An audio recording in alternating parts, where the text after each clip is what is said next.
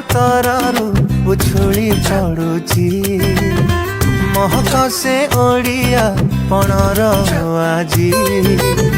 ପାଟିଟା ଖୋଜୁଛି ଖାଇବାକୁ ସୁଆଦିଆ ମନର ଭୋକକୁ ବୁଝେଇ ପାରିବ ସେ